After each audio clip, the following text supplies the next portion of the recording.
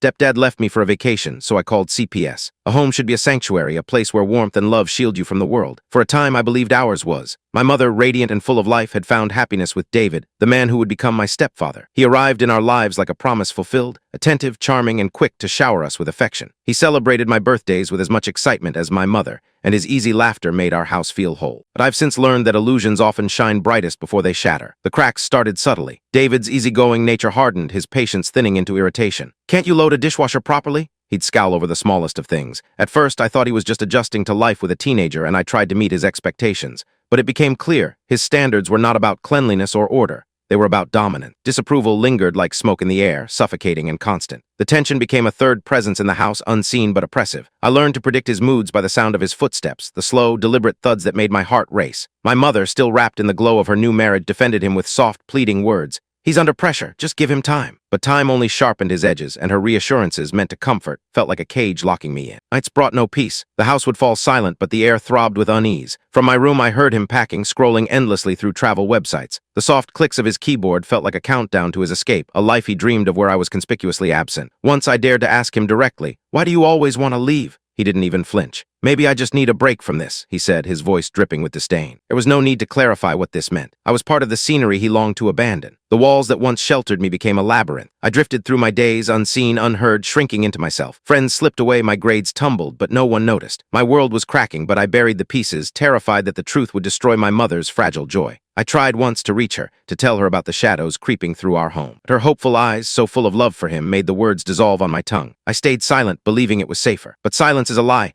a false refuge that crumbles when the storm arrives. And storms, once they gather, bring nothing but ruin. The winds of change rarely arrive with a crash. They slip in quietly, unsettling everything you thought you knew until the world feels unfamiliar. The cracks in David's mask, once hairline fractures, were now gaping wounds in the image he projected. His kindness, once effortless, had curdled into cold disdain, and his words, now sharper than glass, cut with precision. "Can't you do anything right?" he snapped if I left so much as a fork in the sink. But I knew it wasn't about the chores. It was about control, about making me feel like a guest in my own life. I learned to read the air, to listen for the weighted thud of his footsteps. They became a grim countdown, each step tightening the coil of dread in my chest. My mother, ever hopeful, wore blinders that only love could create. "He's under a lot of stress," she whispered, her eyes pleading with me to understand. But I didn't need understanding, I needed protection. Nighttime was the cruelest companion. The world outside grew still, but the house pulsed with tension. I would lie awake, my body rigid beneath the sheets, listening. Packing back and forth the rhythmic clicks of his laptop keys as he scoured travel sites, his escape plans unfolding in plain sight. Each keystroke felt like a reminder his dreams had no space for me. Once I summoned the courage to confront him, my voice fragile but firm. "Why do you want to leave us so badly?" He didn't hesitate. His smirk, cold, hollow, answered before his words. "Maybe I just need a break from this." No raised voice, no threats, just cruelty, bare and undisguised. It hurt worse than any scream could have. The home I grew up in turned into a labyrinth, one where every hallway echoed with tension and every room felt like a cage. I became a ghost within it, my existence shrinking. I stopped trying to reach out to friends. They wouldn't understand, and I couldn't explain. My grades slipped, but I barely noticed. The isolation wasn't just around me, it was inside me. I tried to reach my mother through the fog of her denial. Once, twice. My voice faltered under the weight of what it might cost her. She glowed in the warmth of the man I feared, and I couldn't bring myself to snuff out that light. So I stayed silent, swallowing my terror and misery until they became part of me. But silence is a liar. It wraps you in false protection, then leaves you defenseless when the storm breaks. And I felt the shift, deep, inevitable, and merciless. The winds that had once whispered through cracks were rising, gathering into something far more dangerous. And storms, when they come, show no mercy. The day the illusion shattered began under an indifferent sky, gray and heavy with unspoken promises. I awoke feeling miserable, my body burning with fever, every muscle weighed down by exhaustion. My mother, her voice laced with concern, kissed my forehead before leaving for an urgent business trip. "David will be here," she promised, her fingers brushing a damp strand of hair from my temple. "He'll take care of you." When the front door closed behind her, so did my last comfort. The sound of David's suitcase scraping across the tile was the first crack in the day's fragile facade. He stood at the doorway, dressed for leisure, sunglasses perched on his head, a resort band already snug on his wrist. "I've got plans," he said casually, his voice devoid of warmth. My heart, fragile and fevered, stumbled. "You're leaving?"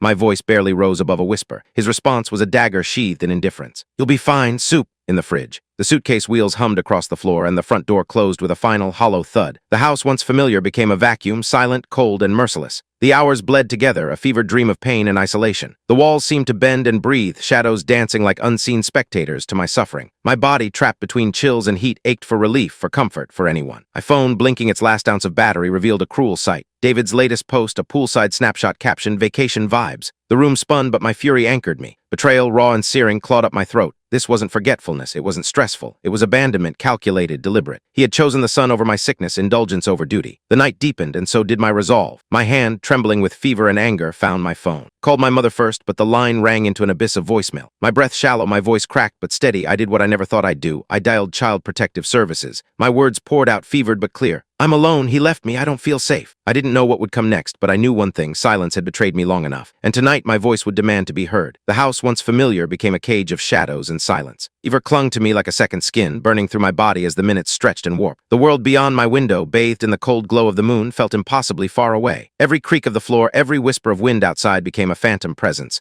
a cruel reminder of how alone I truly was. Pain radiated from every joint, but the ache in my chest was worse. It was the ache of abandonment, of betrayal. My fingers, clammy and weak, gripped my blanket as a fresh wave of chills racked through me. The air felt thin, my breath shallow. I reached for my phone, the screen dim, battery clinging to life. No messages, no missed calls, nothing. The silence pressed harder, and in that hollow void, my mind filled with questions, unspoken, unanswered. Did David even think of me as he basked poolside, cocktail in hand? Was he laughing with strangers, oblivious to the suffering he left behind? Or worse, did he know and simply not care? I tried to call my mother again, my thumb sluggish on the screen, straight to voicemail. Desperation tightened around me like a vice. My voice cracked as I whispered into the emptiness. Mom, please. But the only answer was the low hum of the house, cold and indifferent. The fever blurred time, but the ache of isolation sharpened my resolve. My heart pounded, whether from illness or fury, I couldn't say. My phone, down to its last flicker of power, became my lifeline. My thumb hovered over the screen, trembling. One number, one call, Child Protective Services. The line clicked, and a voice on the other end broke through the silence. Calm, direct, safe. My voice, raw and fragile, poured out everything, each word another crack in the dam that had held my terror inside. I'm alone. My stepdad left me.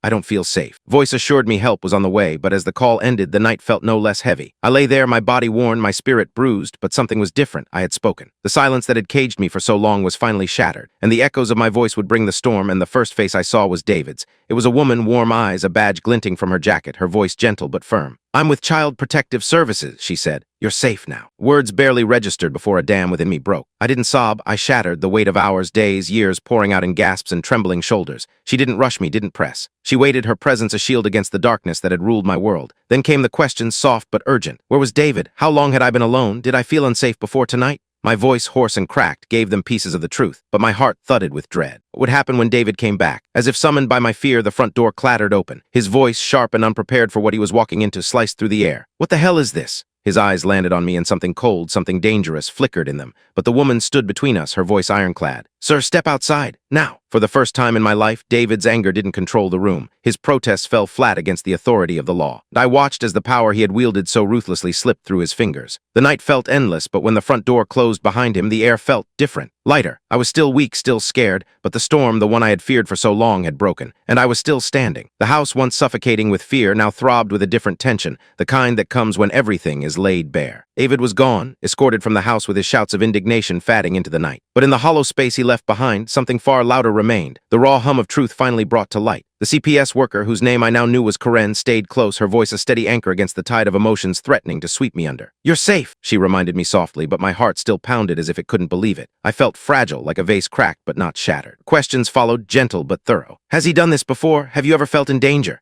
Each answer tasted like glass on my tongue, sharp and painful, but I spoke them anyway. I owed the truth to myself. The police officer, his expression unreadable but not unkind, moved through the house quietly, his radio crackling with distant voices. I wondered how the place I called home looked to them. Was it as cold, as broken as it felt to me? Sudden flurry of headlights painted the windows and my chest seized. But the figure who emerged wasn't a threat, it was my mother. She rushed in, her face stricken with panic. Sweetheart, what's happening? Her eyes darted from me to the CPS worker to the police officer. Confusion and fear tangled in her voice. I couldn't hold back anymore. My voice trembled as I poured out the truth. The abandonment, the loneliness, the fear that had eaten me alive for so long. Her expression shifted, first disbelief, then devastation, and finally a slow, burning fury. David's absence, once my nightmare, had become my salvation. But it was my mother's silence now that spoke the loudest. When she finally found her voice, it was cold, stripped of the warmth I knew. I had no idea, she whispered, her eyes brimming with both guilt and resolve. Karen's voice, steady and patient, explained the next steps, interviews, investigations, but my mother barely seemed to hear her. Instead, she turned to me, her voice tight but certain. We are never letting him back in. Never. For the first time in what felt like forever, I felt it, the ground beneath my feet solid and steady. The reckoning had come, and with it the first steps towards something I had almost forgotten existed, safety. The storm had passed. But this was the sunrise.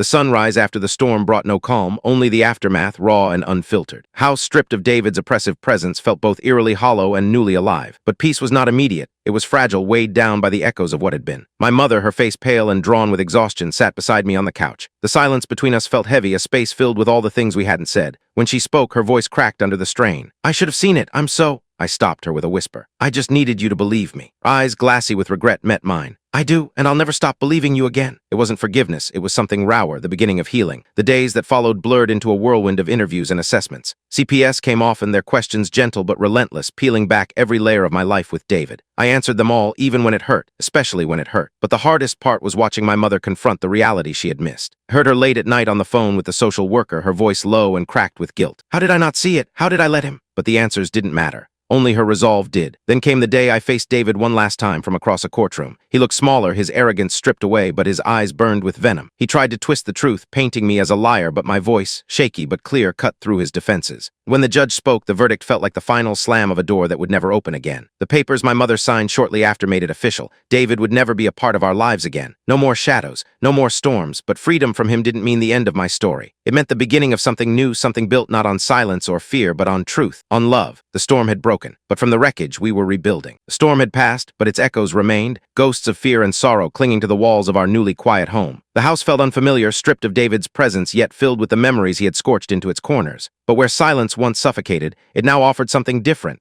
Space to breathe. My mother and I moved carefully through these first days of fragile freedom, our conversations tentative but true. She listened more than she spoke, and when her voice did break the quiet, it was thick with sorrow and resolve. "We'll get through this," she would say, not as a promise but as a vow. CPS continued to check in, but their visits felt different. Less like interrogations and more like support. The social worker who had first come to my room reached out with resources and encouragement, reminding me that my courage had already changed my life. I felt it too, like I had stepped into the light after too long in the dark. But healing was not a straight line. There were nights when sleep felt impossible, the shadows of David's voice lingering in my dreams, and there were days when guilt and anger twisted together, and I wondered if I had broken something beyond repair. My mother carried her own battles, guilt for what she hadn't seen, for what she hadn't stopped. But we faced these shadows together. The courtroom had closed its doors on David, but the verdict wasn't the end, it was a beginning. With legal barriers in place, he was gone from our lives, but the wounds he left demanded something more than distance. They demanded rebuilding. So we rebuilt. Piece by piece, conversation by conversation. The house began to change, not with new paint or furniture, but with warmth. We laughed more even when the laughter felt shaky.